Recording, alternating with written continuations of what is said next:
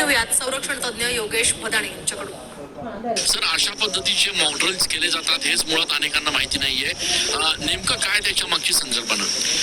Mock drill म्हणजे जेव्हा एखादी आपत्कालीन परिस्थिती होते, युद्धजन्य परिस्थिती होते, कुठेतरी बॉम्ब हल्ला होतो, कुठेतरी आग लागते, यावेळेची अशी परिस्थिती निर्माण करून त्याच्यासारखा एक डुप्लिकेट परिस्थिती निर्माण केली जाते आणि या परिस्थितीमध्ये जनतेने स्वतःचा बचाव कसा करायचा, त्यातल्या त्यात आपल्या बचावाबरोबर दुसऱ्यांचा बचाव कसा करायचा याचं प्रशिक्षण दिलं जातं. जिल्हा स्तरावरती याचं जे नियोजन असतं ते जिल्हा व्यवस्थापन अधिकारी, कलेक्टर्स, पोलीस, महानगरपालिकेचे अधिकारी याचं ते नियोजन, सरावाचं नियोजन करत असतात.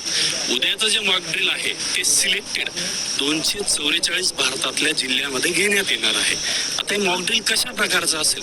सर्वात प्रथम एक सायरन वाजवला जाईल. आता सायरन युद्धाच्या दरम्यान कधी वाजवला जातो?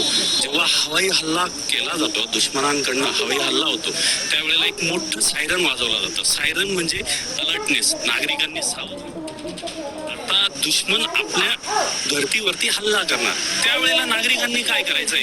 घाबरून न जाता सर्वात प्रथम आपल्या घरातली जी लाईट असतात ती लाईट सर्वप्रथम बंद करायची. त्यानंतर दुसरी स्टेप काय करायची आहे? आत्ताची परिस्थिती 1971 पेक्षा वेगळी आहे. आताच्या परिस्थितीमध्ये तुम्ही मोबाईलचं जे इंटरनेट आहे, ही इंटरनेट सेवा बंद करायची आहे. तिसऱ्या गोष्टीमध्ये घराच्या बाहेर न पडता असं सुरक्षित घराचं ठिकाण शोधायचं आहे की जिथं पडझड जरी झाली तरी माणूस आपला जीव वाचवू शकतो. उदाहरणार्थ टेबलाखाली म्हणता येईल, आपल्या पलंग जर मजबूत असेल तर पलंगाखाली म्हणता येईल. हे प्रशिक्षण या मॉकड्रिलच्या दरम्यान आवश्यक असतं. कॅमेरा पर्सन आकाश शेवलेसह मी चंदन पूजा अधिकारी, TV9.